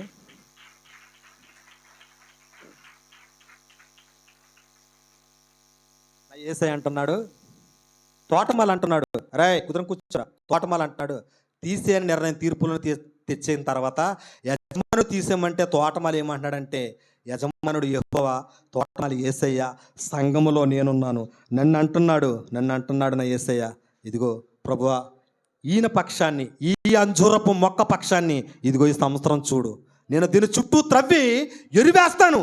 ఈ సంవత్సరం త్రవ్వి నేను మరలా ఎరువేస్తాను. ఎరువు వేస్తే ఒకవేళ ఫలించచ్చేమో అని తండ్రి దగ్గర తోటమాలి విజ్ఞాపన చేస్తున్నాడు. ఇలాంటి విజ్ఞాపన నీపైన నాపైన ఉందా? తండ్రి గురించి చూడండి. నాటబడ్డావు కదా నువ్వు, నాటబడినటువంటి నీ గురించి తండ్రి విజ్ఞాపన చేస్తున్నాడు. ఈ సంవత్సరానికి ఆగుదాము. ఈ మొక్క చుట్టూరు ఏం చేస్తాను రాయబడింది. ఇది నా సొంత మాటలు కాదండి, నేను మరలా చదివింతాను కావాలంటే. నేను దీన్ని చుట్టూ త్రవ్వి ఎరువు వేసి, ఎరువు అనగా వాక్యము సాదృశ్యంగా కనపడుతుంది. దీని చుట్టూ త్రవ్వి చూడండి. ఇప్పటి వరకు ఒకవేళ ఈ అంజూరపు మొక్కలా ఉన్నటువంటి నేను సమస్యల చేత, ఇరుకుల చేత, సూదిపోటి మాటల చేత, రోగాల చేత ఇదిగో నా తండ్రి ఆశించిన రీతిగా ఫలాలు నేను ఇవ్వలేకపోయాను. ఇక నుంచి ప్రతి ఆదివారం నా దైవజనుడు వేస్తున్నటువంటి ఎరువును నేను ఆస్వాదించి ఫలించడానికి ఇష్టపడతాను ప్రభువా అని తీర్మానం తీసుకోగలగాలి. నా యేసయ్య తోటమాలే డైరెక్ట్ యెహోవాతో అంటున్నాడు, ఈ మొక్క పక్షాన్ని నేను ఉంటాను. ఈ సంవత్సరం చూద్దాం ప్రభువా, ఈ సంవత్సరం చూద్దాం ఫాదర్ అని అడుగుతున్నాడు. దీని చుట్టూరు త్రవ్వి దీనికి నేను ఎరువేస్తాను. ఇంకా నువ్వు ఎరువు వేసే స్థితిలో ఉంటే, హలో సిస్టర్స్ అండ్ బ్రదర్స్, నువ్వు ఇంకా ఎరువు వేసే స్థితిలో ఉంటే ఇప్పుడే ఒప్పుకో. నాలో ఫలింపు లేదయ్యా. ఎన్నో 32 సంవత్సరాలైంది, 72 సంవత్సరాలైంది మైక్ తీసుకుని ఎదర కూర్చుని హల్లెలూయా స్తుతి మహిమ అనే పాటలు లక్షల కొద్దిగా పాడాను. అయినా నా బ్రతుకులో ఏమి లేదు తెలుసా? నాటబడినటువంటి వృక్ష ఫలాలు నాలో లేవు, నాటబడినటువంటి ఫలాలు లేవు నాలో.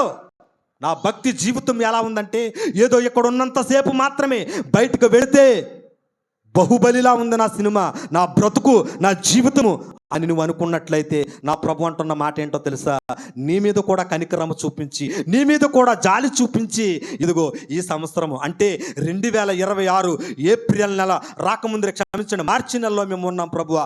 ఏప్రిల్ నెల లోపలే నా జీవితాన్ని నేను సరి చేసుకుని ఫలింపు ఇవ్వడానికి, ఏమివ్వడానికి? ఫలింపు ఇవ్వడానికి నేను సిద్ధపడుతున్నాను ప్రభువా. 9వ వచనం చదువుతాను ఒకసారి. అది ఫలించినా సరే లేని ఎడల చివరిసారి ఇంకో సంవత్సరం అడిగారంట. అమ్మ పుష్పమ్మ గారు, చివరిసారికి ఎంత అడిగాడు పర్మిషను? ఇంకో సంవత్సరం అడిగారు. ఇంకో సంవత్సరం. ఒకవేళ ఫలించలేదనుకో అప్పుడే తీసేద్దామని అంటున్నాడు. ప్రియమైన దేవుని పిల్లారా, నేను కూడా అంతే. ఎక్కడ నాటబడ్డాం? ద్రాక్ష తోట, పెంతుకోస్తు ప్రార్థనా మందిరం అనే ద్రాక్ష తోటలో నేను నాటబడ్డాము. కానీ ఏమి లేవు? ఫలింపు లేవు, ఫలితాలు లేవు, ఫలాలు లేవు. ఏదో వస్తున్నాం వెళుతున్నామంటే నాటబడ్డాము, కానీ మనలో ఏమి లేదు, ఫలాలు లేవు. కానీ నీ కొరకు నా కొరకు విజ్ఞాపన ఎవరు చేస్తున్నాడు తెలుసా? తోటమాలిగా ఉన్నటువంటి యేసయ్య విజ్ఞాపన చేస్తున్నాడు. ఎవరికి విజ్ఞాపన చేస్తున్నాడంటే తండ్రికి మొరపెడుతున్నాడు. ఈ సంవత్సరం ఈ బైబిల్లో చదువుతూ ఉంటే ఈ సంవత్సరం 2026 వెళ్ళిపోద్ది, మరలా మీరు ఈ వర్షం చదువుతూ ఉంటే 27 వెళ్ళిపోద్ది అని దీని లెక్క కాదు. 26తో అయినా సరే, 25 నెలాఖరికైనా సరే, ఈ నెలాఖరికైనా సరే నేను మార్చబడి, ఇదిగో అమ్మగారు ప్రతి వారం చెప్తున్నారు కదా ఎరువు, అయ్యగారు చెప్తున్నారు కదా ప్రతి వారం ఎరువు, ఆ ఎరువునైనా సరే ఆస్వాదించి ఇప్పటికైనా నా బ్రతుకుని నేను మార్చుకుని, నాటబడినటువంటి నేను, ఎన్నో సంవత్సరాలుగా వస్తున్నటువంటి నేను ఇప్పుడు ఏం చేయబడతానంటే ఫలాలు ఫలిస్తానయ్యా, ఫలాలు ఫలిస్తాను. నువ్వు నేను కూడా ఫలాలు ఫలిస్తే మొట్టమొదటిగా చూసి ఆనందించేది ఎవరంటే నీ ఆత్మీయ తండ్రి. ఎవరు తెలుసా? నీ ఆత్మీయ తండ్రి. చాలామంది అనుకుంటున్నారు నేటి కాల సమాజంలో క్రైస్తవులు ఏమనుకున్నారు తెలుసా? విశ్వాసులు బాగుపడితే సేవకులు వార్చరంట, సేవకులు బాగుపడితే విశ్వాసులు వార్చరంట. ఇది చాలా పొరపాటు అండి. ఆత్మీయంగా ఆలోచించేవారు ఎలా ఉంటారు తెలుసా? ఆత్మీయంగా ఆలోచించేవారు, నా బిడ్డ అరే కారు కొనుక్కుందా, నా బిడ్డ 2 స్థలాలు కొనుక్కుందా, ఫలించింది. లేదా నా బిడ్డ ఆత్మీయతలో ఎదుగుదలగా ఉందా, ప్రార్థనలో ఫలిస్తుందా, పాటలు పాడుతూ ఉందా, నేటి కాల లేదా 25వ సంవత్సరం నుంచి ఇప్పటి వరకు ఆత్మీయతలో ఎదుగుతూ ఉందా అంటే అది ఎవరికి ఆనందం? ఆత్మీయతలకి. జాన్ పాల్ మన ఊరు మన చర్చిలో వాక్యం చెప్తే వచ్చారు కదా, తేజంపూడి జాన్ పాల్ పాస్టర్ గారు. ఆ నెంబర్ నా దగ్గర ఉంది. ఆ రోజు స్టేటస్ పెడతాడు ఆయన. మీరు నమ్మకపోండి, నేను ఇప్పటివరకు సంఘానికి వెళ్ళలేదు, కానీ రోజుకో ట్రాక్టరో, నిజంగా ఓ కారు, ఆ సంఘంలో వాళ్ళే ప్రార్థన అండి. ఆయన చేత కట్ చేయించి స్టేటస్ పెడతాడు ఆయన. ఓ ట్రాక్టరు, ఓ కారు, ఓ మోటార్ బైకు, ఎవరో కూడా సంఘంలో వాళ్ళే. మా సంఘంలో ఈరోజు ట్రాక్టర్ కొనుక్కున్నారు ఒక రైతు, ఇదిగో నా చేతుల మీద అని ఫోటో తీసి పెడతాడు. నాకు చాలా సంతోషం వేద్దే. అరే సంఘములో ఇన్ని ఫలాలు ఫలిస్తూ ఉంటే దైవజనునికి ఉండాల్సిన ఆనందం ఎలాగా ఉప్పొంగిపోదా? ఫలిస్తా ఉంటే దైవజనునికి కాకపోతే ఆనందం ఇంకెవరకండి? అవునంటారా కాదంటారా? మూత 36 వంకరలు తిప్పుకుంటాం మనమైతే. పక్కన ఉన్నవాడు సైకిల్ కొంటే మూత 36 వంకరలు తిప్పుకుంటాం మనం. అలాంటి కల్మషం అందుకు మొట్టమొదటిగా చదివించాను. మీలో ఏముండకూడదు? కల్మషము, దుర్మషమైనటువంటి కల్మషము ఇదే పేరుకుపోతుంది, బెరడగట్టేస్తుంది హృదయాల్లో. బెరడగట్టేసి కుళ్ళు కల్మషాన్ని పెంచుకుని మానవుడు పతనమైపోతున్నాడు విశ్వాస జీవితంలో. పాస్టర్లు అంటే పాస్టర్లు పెరిగి ఏంటది ఆశీర్వదిస్తే వార్చలేరు, ఏదో నేర్చుకుంటే వార్చలేరు. చుట్టూన్న ప్రపంచమే సంఘములో విశ్వాసులే. జాగ్రత్తగా ఆలోచించండి ప్రియమైన దేవుని పిల్లరా. అంజూరపు చెట్టుని ఎక్కడ వేసాడు దేవుడు? ద్రాక్ష తోట. ఏంటా ద్రాక్ష తోట? చెప్పండి, మన సంఘం పేరు చెప్పండి. పెంతుకోస్తు ప్రార్థనా మందిరం అనే ద్రాక్ష తోటలో నేను అంటే అంజూరపు చెట్టుగా నన్ను క్రిస్టియన్ రాజు గారి ద్వారాగా నాటబడ్డాను. నాటబడినటువంటి నేను నాలో ఇప్పుడు ఏమి లేదు, ఫలాలు లేవు. దీని కొరకు నా తండ్రి లేదా నా యేసయ్య తోటమాలిగా ఉండి తండ్రికి విజ్ఞాపన చేస్తా ఉన్నాడు. తండ్రికి విజ్ఞాపన. అన్నా బైబిల్ అందరూ ఒకసారి మూసేయండి, చెప్తాను. ఒక మాట అయిపోయింది, నా వాక్యం అయిపోయింది. బైబిల్ మూసేయండి, ఒక్క మాట చెప్పిన వాక్యాన్ని నేను ముగించేస్తాను. ప్రపంచం ఎలా ఉందంటే నువ్వు బాగుపడితే నేను వార్చను అనే స్థితిలో ప్రపంచం ఉంది. అయితే సంపాదించాలి, ఏదో వృద్ధి చెందాలని మానవుడిగా పుట్టిన ప్రతి ఒక్కడికి ఉంటుంది, నాతో సహా. నేనేం గొప్పోండేం కాదు.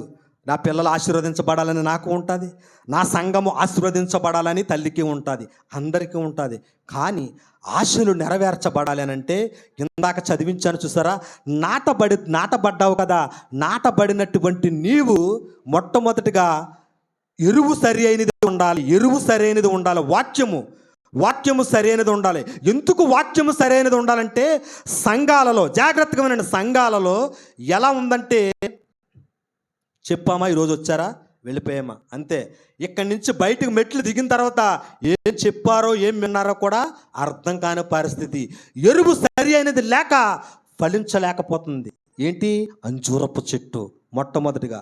రెండవది, ఎరువు సరి అయినది దైవజనుడు వేస్తుంటే మొక్క ఏం చేస్తుందంటే ఈ ఎరువు నాకు కాదు, ఈ ఎరువు పక్కనున్న చెట్టుకి అని ఇలా తోసేస్తుంది. అందుకో కొంత ఈ చెట్టుకి ఏమి లేదు, ఫలింపు లేదు. ఇప్పుడు ఈ ఫలింపు ఎవరికి వస్తుంది? పక్కనున్న వాళ్ళకి వస్తుంది. ఇది రెండవ తరం. మూడవ పాత్రలోనికి వద్దాం. మూడవ పాత్ర ఏంటంటే, ఓకే అంతవరకు ఓకే, దైవజనుడు కరెక్ట్గా చెప్పి ఎరువు సరి అయినదిగా ఉండి అన్నీ కరెక్ట్గా ఉంటే విన్నంతసేపు విని బయటికి వెళ్ళిన తర్వాత ఈ మొక్క ఏం చేస్తుందంటే లోకానికి అలవాటు పడిపోతుంది, లోకాశలకు అలవాటు పడిపోతుంది. బాగానే వింటుంది మొక్క. విన్న తర్వాత లోకములోకి వెళ్ళిన తర్వాత కొంచెం ఇలా చీల్చి లోకానికి చోటేస్తుంది.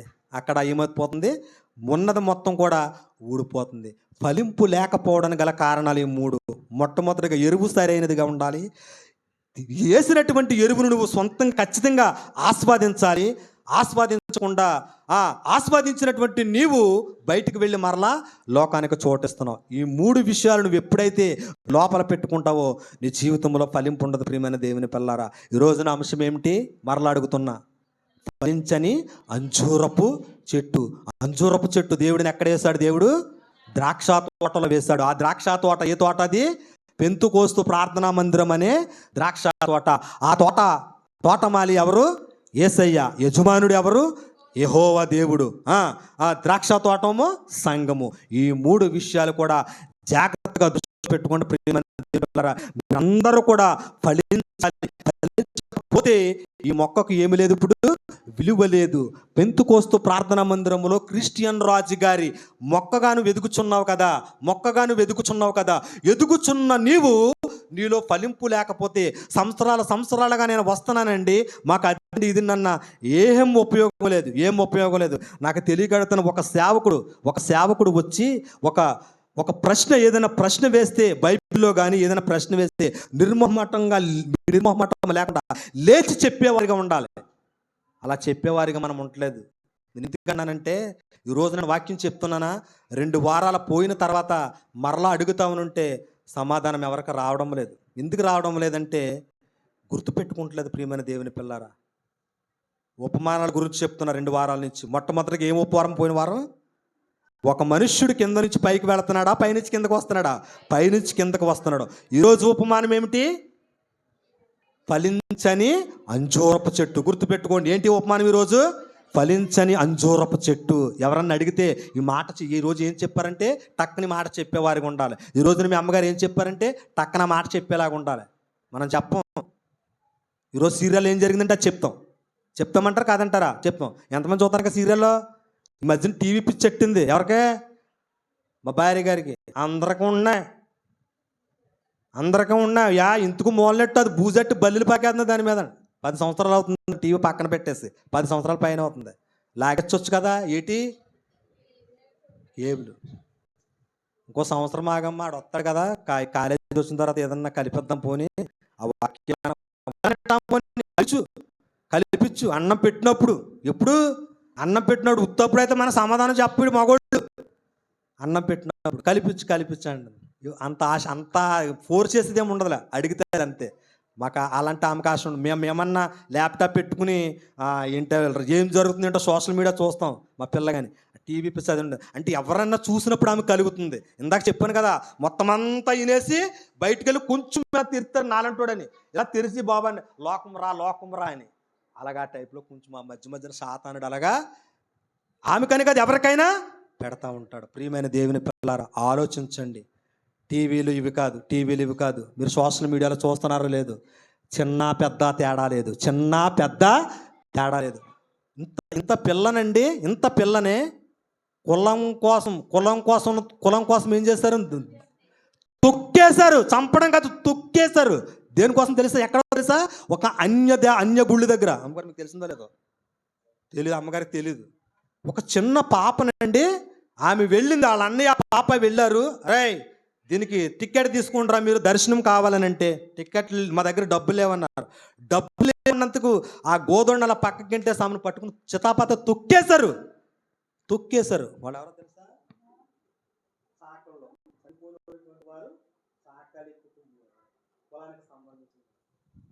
వీళ్ళు అగ్ర కులస్తులు. ఎంతటి దిగజారిపోతున్నారో తెలుసండి? ఎంతటి దిగజారిపోతుందో తెలుసా? మళ్ళీ మధ్యకాలంలో ఒకడు బ్యాగ్ వేసుకుని తిరుగుతున్నాడు. చెప్పాను కదా, గొడ్డిగారు అనేటువంటి ప్రాంతంలో ఒకడు ఏం చేస్తాడు? బోర్డు పెట్టాడు ఊరు బయట అని. ఆడు బ్యాగ్ వేసుకుని తిరుగుతూ ఎలాంటిడని కూడా సోషల్ మీడియా పెట్టని. ఎంత పెడితే అంత మంచిది. బోర్డు ఎట్టి మనం కూడా బోర్డు ఎడతాం. నేను ఎడదాం అనుకుంటున్నాను. బోర్డు ఎక్కడ? రామారావు రైస్ మిల్ దగ్గర పెట్టేస్తాను సీన్తో చేయించి. ఏమని? సుబ్బరాజుపేట క్రైస్తవులపేట. ఇక్కడ ఏ అన్యుడు వచ్చినా, అన్యత్వం గురించి ఎవడ ప్రకటించినా ఊరుకోము అని కింద 25 నెంబర్ ఆర్టికల్ చేసి నెంబర్ ఉంది, నెంబర్ ఎంతాను నేను ఎడతాను. బోర్డు పెట్టేద్దాం అనుకుంటున్నాను. ఎందుకంటే క్రీస్తు స్వార్థ కొరకు రోషము కలిగి ఉన్నాను కాబట్టి పెట్టేస్తాను. వాడు పెట్టించాడు, నేను పెట్టేస్తాను. అంటే వాడు బోర్డు కోసం అంత పెట్టి తిరిగిలాడుతూ ఉంటే, క్రీస్తు సర్వసృష్టిని సృష్టించినప్పుడు సర్వసృష్టికి మీరు వెళ్ళి ఏం చేయమన్నాడు? ఆయన సువార్తను ప్రకటించమన్నాడు. వాడెవడు ఆపడానికి? కోర్టు అంబేద్కర్ ఇచ్చాడు రూల్ ఆఫ్ రెగ్యులేషన్ లాస్. వాడెవడు ఆపడానికి? అంత రగిలింపు పోతుంది సోషల్ మీడియాలో చూస్తుంటే. క్రైస్తవుల గురించి, క్రైస్తవులపై జరుగుతున్న అరాచకాల గురించి ప్రార్థన చేయండి. మీ అనుదిన ప్రార్థనలో సువార్తను ఎలాగైనా సరే ఆపాలి అని ప్రతి గోడకి, ప్రతి స్తంభానికి జై శ్రీరామ్ అని రాయింతున్నారు. ఏమని చెప్పండి, పర్లేదు, రాయింతున్నారు. రాయింత ఆగుతుందా? మనసులో ఉండాలి. కేఏ పాల్ని జోకర్ అన్నారు. ఈ రోజున ఇరాన్, అమ్మ వింటున్నారా? ఇరాన్ యుద్ధం ఆపడానికి మొట్టమొదటి వ్యక్తి ఎవరో తెలుసా? KA Paul. అమెరికా ప్రెసిడెంట్తో మాట్లాడాలంటే చంద్రబాబు నాయుడు వారం రోజుల తర్వాత కూడా పర్మిషన్ రాదు. కేఏ పాల్ డైరెక్ట్ ఫోన్లో మాట్లాడతారు అమెరికా ప్రెసిడెంట్తో. కానీ ఒకప్పుడు కేఏ పాల్ని ఎలా చూస్తారు? వీళ్ళు ఒక జోకర్లా చూస్తారు. ఈ రోజున ఇరాన్ యుద్ధాలు ఆపడానికి గల కారణం మొట్టమొదటి వ్యక్తి ఎవరు తెలుసా? That is KA Paul. అంత అనుభవం కలిగినోడు. మీకు అందరికీ చంద్రమ్మ గారికి ఎలాంటి వాడు తెలుస్తుంది. ఒకప్పుడు ఆయన అంత గొప్ప సేవకుడు ఆయన కేఏ పాల్ అంటే. అలాంటి వాళ్ళని ఎలాంటి రాజకీయాల మధ్య నరుగులాడుతూ క్రీస్తు సువార్త విషయమే భారము కలిగినటువంటి వారు రాజకీయాల్లోకి వెళ్ళిపోయి ఇటోకడుగు వేస్తూ రాజకీయాల్లో తిరుగుతూ సువార్తను అణగద్రొక్కుతున్నారు. ప్రియమైన దేవుని పిల్లారా, ప్రార్థన చేయండి. మీ కుటుంబాల గురించి, మీ అందరి కుటుంబాల గురించి ప్రతిరోజు అనునిత్యం ప్రార్థన చేస్తాం.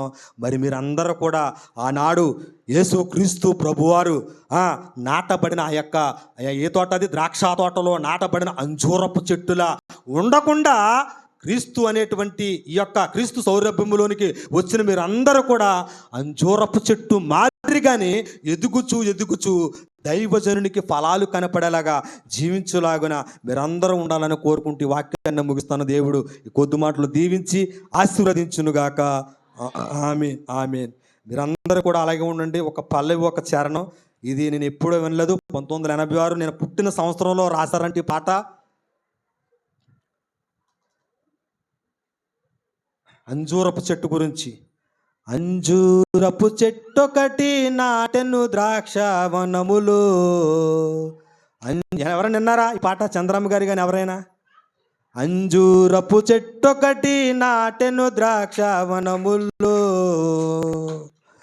ఫలము లేదు, ఆ, ఫలము లేదు, తీగ లేదు, అయ్యా ఫలము లేదు, తీగెలు లేవు. అంజూరపు చెట్టొకటి నాటెను ద్రాక్షవనములో, అంజూరపు చెట్టొకటి నాటెను ద్రాక్షవనములో. సరే ఆగండి. పాట నేను పూర్తిగా నేర్చుకోలేదు, పొద్దున్నే విన్నాను పాట. ఇది చాలా బాగుందండి. 1986 నేను ఆ సంవత్సరం పుట్టాను. ఆ సంవత్సరంలో రాశారంట, పాడారంట పాట. చాలా బాగుంది ఆ పాట. 3 చరణాలు ఉంటాయి. దేవుని చిత్తమైతే ఖచ్చితంగా మళ్ళీ వారం పాడి మీకు వినిపిస్తాను. ఇప్పుడు నేను చెప్పిన మూడు మాటలు చెప్పాను కదా. యజమాని గురించి చెప్పాను, మధ్యలో ఫలాలు అన్వేషణ చెప్పాను, తీర్పు గురించి చెప్పాను. ఈ 3 చరణాలు ముగ్గురు గురించి ఉంటాయి. ఈ 3 కూడా దేవుని చిత్తమైతే మరి యొక్క వారంలో పాడి మీకు ఖచ్చితంగా వినిపిస్తున్న పాట నాకు చాలా అనిపించింది ఆహ్లాదకరంగా. దేవుడి కొద్ది మాటలు దీవించును గాక. ఎవరి కొరకైనా తప్పుగా నేను మాట్లాడుంటే దయతో మన్నించండి. నన్ను ఎక్కడికి వెళ్ళినా ఏ సువార్తకు పిలిచినా, ధర్మవరం నుంచి ఒక సువార్త ఆమె వచ్చింది, ఆమె నన్ను అనేది ఏంటంటే ఏదో మాట అని పిలుస్తుంది నన్ను. ఇప్పుడు నాకు గుర్తుకొత్తలేదు ఆవిడ. ఏమంటదంటే ఆత్మావేశము కలిగిన సువార్థికుడు అంటది నన్ను. ఏంటి ఆవేశం? ఆత్మావేశం కలిగిన సువార్థికుడు అంటది. ఎందుకంటే నేను కోపంగా ఎక్కువగా మాట్లాడుతుంటాను. ఎందుకంటే ఎవరికి భయపడాల్సిన పని లేదు. నా సువార్త భారం అనేది అలాగ ఉంటుంది. నేను ఎవరికి భయపడను. ఎందుకంటే అంబేద్కర్ రచించిన ఆర్టికల్స్ని చేతితో పట్టుకు తిరుగుతున్నాం. ఎవరికి భయపడవలసిన పని లేదు. మరి దేవుడి కొద్ది మాటలు దీవించిన కాక. బ్రతికినా క్రీస్తే, చచ్చినా క్రీస్తే, అంతే. నేను ఎవరికి భయపడవలసిన పని లేదు. ఇదే నా ధ్యేయం. నా గురించి ప్రార్థన చేయండి.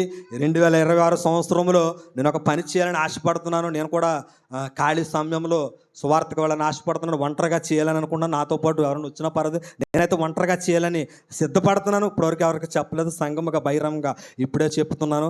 నిర్మోహమాటం లేకుండా క్రీస్తు సువార్తను ప్రకటించాలనే ఆలోచనతో ముందుకు వెళ్తున్నాను. నా గురించి ప్రార్థన చేయండి. మీ అందరి గురించి ప్రార్థన చేస్తాను. దేవుడి కొద్ది మాటలు దీవించును గాక. ఆమేన్. ఈ అవకాశం ఇచ్చిన అమ్మగారికి నా నిండా వందనాలు.